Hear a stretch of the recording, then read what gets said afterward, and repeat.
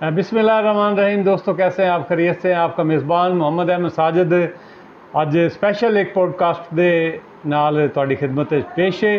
और अज साडे कोले साडे मेहमान अदाकार साडे कोल मौजूद हैं। साडे बहुत प्यारे भाई जनाब मोहम्मद अशरफ साहब, की हाल चाल है जी? जी अलहमदुलिल्लाह। तुहाडा वक्त देने का शुक्रिया। तो नाज़रीन, अज साडे गवांढ च साडे इलाके दे एक बहुत वड्डे रूहानी ते साडे रहनुमा पेशवा हज़रत सैयद बाबा करम शाह बुखारी रहमतुल्लाह अलैह दा सालाना उर्से पाक है। और उन्होंने उर्से पाक के हवाले नाल उत्थे बड़े इंतजामात जिहड़े हर साल किए जाते हैं। और एक गल मैं अशरफ साहब तुहानूं दसांगा कि जिहड़ी मेरी तजर्बे दे विच भी बाबे दा उर्स जदों आउंदा ना, गर्मियां फुल च आउंदा, लेकिन अल्लाह का करम ऐसा हुंदा है भी मौसम ठंडा हो जाता, रब दी रहमत लाजमी हुंदी है। हाँ जी। तो अशरफ साहब, तुसी दसो भी बाबे करम शाह दे मज़ार ते तुसी हर साल अपने और बच्चों के हमरा उत्थे पहुँचते जे, ते उन्हां दियां सारियां तकरीबात जिहड़ियां ने उर्स दियां ओह तुसी अटेंड करदे जे। 2 दिन 3 दिन तुसी आदे कारोबार तो भी छुट्टी करदे जे, मजदूरी तो नहीं जांदे जो। ते अज दे हवाले नाल तुसी सानूं दसो भी अज उर्स दा पहला दिन है, ते अज उत्थे की इंतजामात कीते गए? अज माशाअल्लाह उत्थे पहले सब तो पहला कि उत्थे आरजी बाजार लाया जाता है बच्चों वास्ते। उत्थे खिलौने, झूले, बड़ी तगड़ी कबड्डी हुंदी है। अच्छा। चपेड़ा की कबड्डी, जट्टां की कबड्डी जिन्हें कहते हैं, ਜਿਹੜੀ ਚੰਡਾ ਮਾਰ चंडा ਉਹ ਬੰਦੇ ਨੂੰ ਲੁਕਾ ਦਿੰਦੇ ਨੇ ਯਾਰ, हटा के जनाब वापस ਹਾਂ ਮੂੰਹ ਸਿਰ ਉਹ ਰੱਤਾ ਲਾਲ ਕਰ ਦਿੰਦੇ ਉਹ जनाब चंडा की कबड्डी हुंदी है। फिर उस तो बाद सरकार ते बच्चों वास्ते झूले, बाजार, चीज़ां खाण वास्ते। फिर लंगर का बड़ा वसी एहतमाम होंदा है। अच्छा। फिर तीसरा ऑप्शन है जनाब के घरां चो लोग उन्होंने ना बाबे दे दरबार दे कलर दे चोले पा के ना बमा ढोल तादे नाब ढोल दी थाप ते पैरों जुत्तियां उतार के अच्छा जनाब हाँ किदे जनाब नचना कि बाबे का जनाब खुशी मनाते हैं। फिर जो उन्होंने दे कब्रस्तान च बजुर्ग हैं उन्हों दियां कब्रां ते पानी पावना, उन्हें दुआ मंगनी, उन्होंने वास्ते दुआ मफर मांगनी। अच्छा। इस तरह के ना मिसाल है। माशाअल्लाह 3 दिन बड़ी रौनक रहती है। क्या बात, बड़ी रौनक रहती है पूरे शहर च ना। मिसाल है भी बड़ा शोर गोल होंदा है। अज अच्छा, झूले जाले भी लगे हुए हैं बड़े ऊंचे ऊंचे तो बड़े खतरनाक झूला जनाब, झूले भी बड़े खतरनाक है। इस तो पहले तो अक्सर होंदा सी कि इत्थे मौत दा खूह भी आंदा सी बच्चों दे देखण वास्ते। अंदरों गड्डी भी मोटरसाइकिल चलदा सी, फिर गड्डियां भी आंदा सी। कबड्डी ते फिर हर साल ही हुंदी है। गवर्नमेंट दी तरफों जदों पाबंदियां शुरू हां जी बिल्कुल, ते ओ फिर चूंकि इजाजत लेनी पैंदी है ते उस तो बाद ही फिर ये सारे उस तो बाद ओ बस ना जरा जिवें फिर वर्षे बाद काम लोग पहले मजीद ज्यादा हुंदा सी। अलहमदुलिल्लाह बड़ा रौनक हुंदी है इस बाबे करम शाह दी। तो पूरियां कमाइयां बाबा है।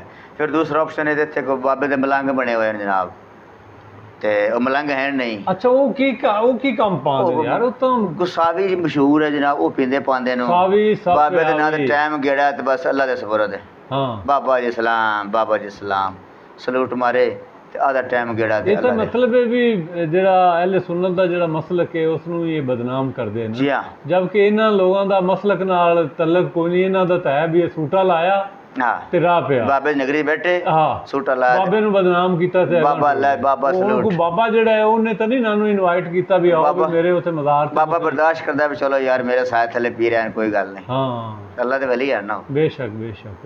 अच्छा, बाबे दे मज़ार ते जिन्नात दा भी बड़ा डेरा है जनाब सारा ना कब्रिस्तान दे विच जेड़ा इहदे बारे की सुनिया तुसीं? सुनसान जगह हैगी है, उत्थों दा सुनिया भी इत्थे चीज़ां डेरा है, लेकिन किसी तंग तो कौन सुनिया भी नहीं करदी। लेकिन हुण बाबे दा कब्रिस्तान सुनसान नहीं रहा। हाँ, हुण ते विच लाइटां लगी हुई हैं जनाब।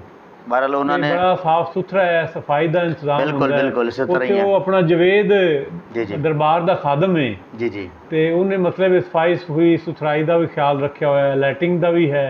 इसी तरह अगर आप पुरानी हवेली कब्रिस्तान का जिक्र कर रहे हैं उत्थे तो जनाब अपने शहर दियां गलियां महल्ले में हनेरा हुंदा है, लेकिन वो पुरानी हवेली कब्रिस्तान उत्थे वो अंकल बशीर अहमद मुआती साहब हैं, उन्होंने कब्रिस्तान नूं बड़ा डेकोरेट किया हुआ, बड़ियां लाइटां, बड़े गेट शेट। नहीं बिल्कुल बहुत प्यारा माहौल बना हुआ है। इहदे विच मेरे ख्याल है बहुत सारे दोस्त मुखैर हज़रात सारियां दा तावन है, मिलजुल के उन्होंने करके ते चीज़ां बनाईयां नो। साजिद साहब जितना मर्जी हो जाए कब्रिस्तान कब्रिस्तान ही है।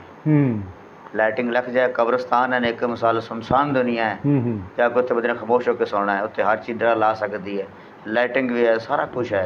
ਲੇਕਿਨ ਇਹਨਾਂ ਚੀਜ਼ਾਂ ਤਾਂ ਅਕਸਰ ਜਗ੍ਹਾ ਤੇ ਇਹ ਚੀਜ਼ਾਂ ਹੁੰਦੀਆਂ ਹਨ। ਲੇਕਿਨ ਨਾ ਮੈਨੂੰ ਯਾਦ ਪੈਂਦਾ ਹੈ ਅਸੀਂ ਜਦੋਂ ਛੋਟੇ ਛੋਟੇ ਹੁੰਦੇ ਸਾਂ ਨਾ ਜੀ, ਜੀ ਜੀ ਅਗਰ ਸਾਨੂੰ ਕਿਤੇ ਰਾਤ ਵੇਲੇ ਕੋਈ ਮਾਂ ਪਿਓ ਸਾਡਾ ਗੱਲ ਦਿੰਦਾ ਵੀ ਆਹ ਕੋਈ ਚੀਜ਼ ਜਿਹੜੀ ਹੈ ਉਹ ਨਹਿਰ ਦੇ ਕਿਨਾਰੇ ਉੱਥੇ ਉਹ ਚੌਧਰੀ ਫਰੀਦ ਦਾ ਘਰ ਸੀ, ਜੀ ਜੀ ਹਾਲੇ ਵੀ ਹੈ ਵੀ ਉੱਧਰ ਦੇ ਆਓ, ਹਾਂ ਦਿਲ ਨਹੀਂ ਮੰਨਦਾ ਸੀ, ਜਾਂ ਉੱਧਰ ਆਉਣਾ ਜਾਣਾ, ਜਾਂ ਕਦੇ ਉੱਧਰੋਂ ਅਸੀਂ ਇੱਧਰ ਆਉਣਾ, ਤੇ ਅਸੀਂ ਸ਼ੂਟਰ ਹੋ ਕੇ ਅਸੀਂ ਉੱਥੋਂ ਲੰਘਣਾ। ਸਰ ਜੀ ਉਦੋਂ ਆਬਾਦੀ ਬਹੁਤ ਘੱਟ ਸੀ, ਆਬਾਦੀ ਘੱਟ ਸੀ ਤੇ ਡਰ ਬੜਾ ਲੱਗਦਾ ਡਰ ਲੱਗਦਾ ਸੀ। ਹੁਣ ਆਬਾਦੀ ਇਦੋਂ ਵੀ ਕਬਰਾਂ ਨਾਲ ਅਟੈਚ ਹੋ ਗਈ, ਪਰ ਨਹਿਰੋ ਕਬਰਾਂ ਨਾਲ ਅਟੈਚ ਹੋ ਗਈ, ਕਬਰਸਤਾਨ ਦਰਮਿਆਨ ਚ ਆ ਗਿਆ। ਅੱਛਾ ਚਲੋ ਅਸ਼ਰਫ ਸਾਹਿਬ ਤੁਸੀਂ ਇਹ ਦੱਸੋ ਵੀ ਤੁਸੀਂ ਆਦੇ ਪਿੰਡ ਦੇ ਵਿੱਚ ਕੌਡੀ ਵੀ ਖੇਡਦੇ ਰਹੇ ਜੇ, ਮੈਨੂੰ ਪਤਾ ਚੱਲਿਆ ਵੀ ਤੁਸੀਂ ਬੜੇ ਪਲੇਅਰ ਰਹੇ ਜੇ, ਜੀ ਵਾਂਝੂ ਤੁਸੀਂ ਬੜਾ ਖੇਡਿਆ, ਹਾਂਜੀ ਗੁੱਲੀ ਡੰਡਾ ਤੁਸੀਂ ਬੜਾ ਖੇਡਿਆ, ਇਹ ਸਾਰੀਆਂ ਗੇਮਾਂ ਜਿਹੜੀਆਂ ਕੋਈ ਗੇਮ ਵੀ ਨਹੀਂ ਤੁਸੀਂ ਛੱਡੀ, ਕੌਡੀ ਵੀ ਤੁਸੀਂ ਖੇਡਦੇ ਰਹੇ। ਇਹ ਚੰਡਾਂ ਵਾਲੀ ਯਾਰ ਇਹਦੇ ਵਿੱਚ ਆਪਸ ਵਿੱਚ ਕੋਈ ਦੁਸ਼ਮਣੀ ਪਾਉਣ ਦਾ ਨਹੀਂ ਖਦਸ਼ਾ ਹੁੰਦਾ?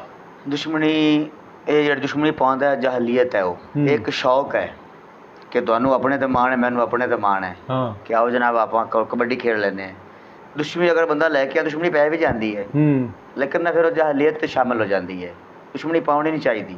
ਇੱਕ ਸ਼ੌਕ ਹੈ, ਤੁਸੀਂ ਮੈਨੂੰ ਮਾਰੋ ਮੈਂ ਤੁਹਾਨੂੰ ਮਾਰਿਆ, ਤੁਹਾਨੂੰ ਘੱਟ ਵਜੇ ਤੁਸੀਂ ਮੈਨੂੰ ਜ਼ਿਆਦਾ ਮਾਰੋ ਤੇ ਮੈਂ ਤੁਹਾਨੂੰ ਜ਼ਿਆਦਾ ਮਾਰਾਂਗਾ, ਇਹ ਤਾਂ ਆਦੇ ਤਬੀਅਤ ਮੰਨਣ ਦੀ ਗੱਲ ਹੈ। ਇੱਕ ਦੁਸ਼ਮਣੀ ਚੇਂਜ ਨਹੀਂ ਕਰਨਾ ਚਾਹੀਦਾ, ਇੱਕ ਸ਼ੌਕ ਹੈ। ਗੁਰੂ ਚੱਲ ਕੇ ਫੈਸਲਾਬਾਦ ਤੋਂ ਆਇਆ ਜੀ, ਆ ਸਮੁੰਦਰੀ ਤੋਂ ਆਇਆ, ਉਕਾੜਾ ਤੋਂ ਆਇਆ ਜੀ, ਲਾਹੌਰ ਤੋਂ ਆਇਆ ਜੀ, ਕਬੱਡੀ ਹੈ, ਫਿਰ ਦੁਸ਼ਮਣੀ ਪਾਉਣ ਨਹੀਂ ਆਇਆ, ਉਹ ਸ਼ੌਕ ਖੇਡਣ ਆਇਆ ਨਾ, ਆਪਣੇ ਜਵਾਨੀ ਦਾ ਮਾਣ ਹੈ ਕਿ ਜੇ ਮੈਂ ਚਪੇੜਾ ਮਾਰਨੀਆਂ ਮੈਨ ਤੇ ਸਹਿਣੀਆਂ ਮੈਨੂੰ, ਫਿਰ ਅਗਰ ਲਿਆਂਦਾ ਨਾ ਉਹਨੂੰ ਦੁਸ਼ਮਣੀ ਤੇ ਫਿਰ ਗਲਤ ਕਰਦਾ ਹੈ।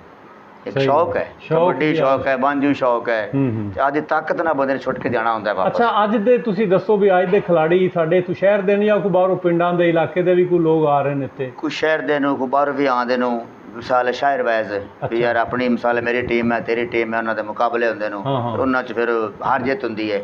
ਅੱਛਾ ਇਹ ਸਾਰੀਆਂ ਅੱਛਾ ਇਹ ਦੱਸੋ ਵੀ ਇਹ ਮੇਲੇ ਤੇ ਜਾਣ ਵਾਸਤੇ ਕਿਹੜਾ ਟਾਈਮ ਸੂਟੇਬਲ ਹੈ?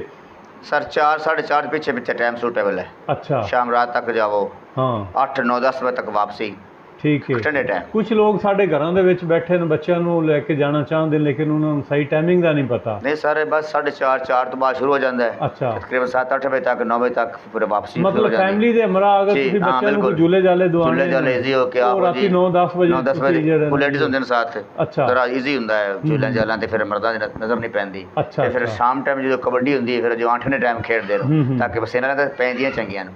ਹਾਂ ਜੇ ਮੁੱਢੀ ਚੰਗੀ ਆਪਣੇ ਇਲਾਕੇ ਵਿੱਚੋਂ ਵੀ ਉਹ ਤਾਲਬ ਔਰ ਅੜੋਸ ਪੜੋਸ ਦੇ ਲੋਕ ਜਿਹੜੇ ਕਿਹੜੇ ਕਿਹੜੇ ਲੋਕ ਚਾਦਰਾਂ ਚੜਾਉਣ ਵਾਸਤੇ ਗਏ ਹਨ? ਸਰ ਕਾਫੀ ਲੋਕ ਹਨ ਮੁਹੱਲੇ ਦੇ, ਆਪਣੇ ਸ਼ਹਿਰ ਦੇ। ਇਹਦੇ ਚ ਤਾਲਬ ਕਸਾਬ ਹੈ, ਉਹਦਾ ਬੇਟਾ ਹੁੰਦਾ ਨਾਲ, ਫਿਰ ਅੱਗੇ ਮੈਂ ਆਹਿਸਤਾ ਬਾਬਰ ਮੁਗਲ ਹੋ ਗਿਆ। ਹਾਂ ਬਾਬਰ ਮੁਗਲ ਹੋ ਗਿਆ। ਇਹ ਨਾਲ ਮਿਲਦੇ ਫਿਰ ਕਾਫੀ ਇਕੱਠੇ ਅੱਗੇ ਮਾਸ਼ਾਅੱਲਾ ਤੱਕ ਬੜਾ ਭੀੜ ਮੱਚ ਜਾਂਦੀ ਹੈ। ਇਹ ਫਿਰ ਇਹਨਾਂ ਟਾਈਮ ਬਣਾਉਂਦੇ ਪਹਿਲੇ ਤੂੰ ਆਉਣਾ ਬਾਅਦ ਚ ਮੈਂ, ਫਿਰ ਇਕੱਠੇ ਹੁੰਦੇ ਨਾ ਕਾਫੀ 3 4 ਜਾਂਦੀਆਂ ਨੇ। ਪਹਿਲੇ ਯੂਨਸ ਕਬਾਬ ਵਾਲਾ ਹੁੰਦਾ ਸੀ, ਉਹ ਨਹੀਂ ਹੁੰਦਾ ਸੀ ਜੀ, ਹੈਗਾ ਉਹ ਚਾਚਾ ਯਕੂਬ ਕੰਡਿਆਂ ਵਾਲਾ, ਜੀ ਕੰਡਿਆਂ ਵਾਲਾ, ਉਹ ਬੜਾ ਲਿਜਾਂਦਾ ਸੀ। ਅੱਲਾਹ ਤਾਲਾ ਬਸ ਜੀ ਆਪਣੇ ਆਪਣੇ ਸ਼ੌਰ ਦੀ ਗੱਲ ਹੈ ਨਾ, ਸ਼ੌਕ ਹੈ ਚੱਲ ਰਹੇ ਹੁੰਦੇ ਨੇ, ਸ਼ੌਕ ਹੈ। ਹਾਂ ਉਹ ਵੀ ਕਹਿੰਦੇ ਨਾ ਜੀ ਖਸਮਾਂ ਨੂੰ ਖਾਂਦਾ ਹੀ ਘਰ ਵੇ, ਚੱਲ ਮੇਲੇ ਨੂੰ ਚੱਲ ਬਾਬੇ ਦੇ ਮੇਲੇ ਚੱਲੀਏ, ਪਰ ਕੁੰਜੀਆਂ ਰੱਖ ਲੈ ਸਰਾਣੇ ਹੈ, ਚੱਲੀਆਂ ਬਾਬੇ ਕੋਲ, ਤੇ ਚੱਲੀਆਂ ਬਾਬੇ ਕੋਲੇ।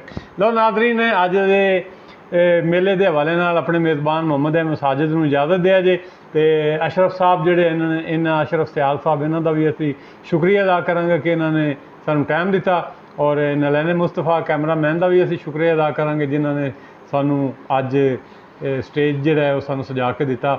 ਤੇ ਇਨਸ਼ਾ ਅੱਲਾਹ ਤਾਲਾ ਅਗਲੀ ਐਪੀਸੋਡ ਦੇ ਨਾਲ ਇਨਸ਼ਾ ਅੱਲਾਹ ਫਿਰ ਮੁਲਾਕਾਤ ਹੋਏਗੀ।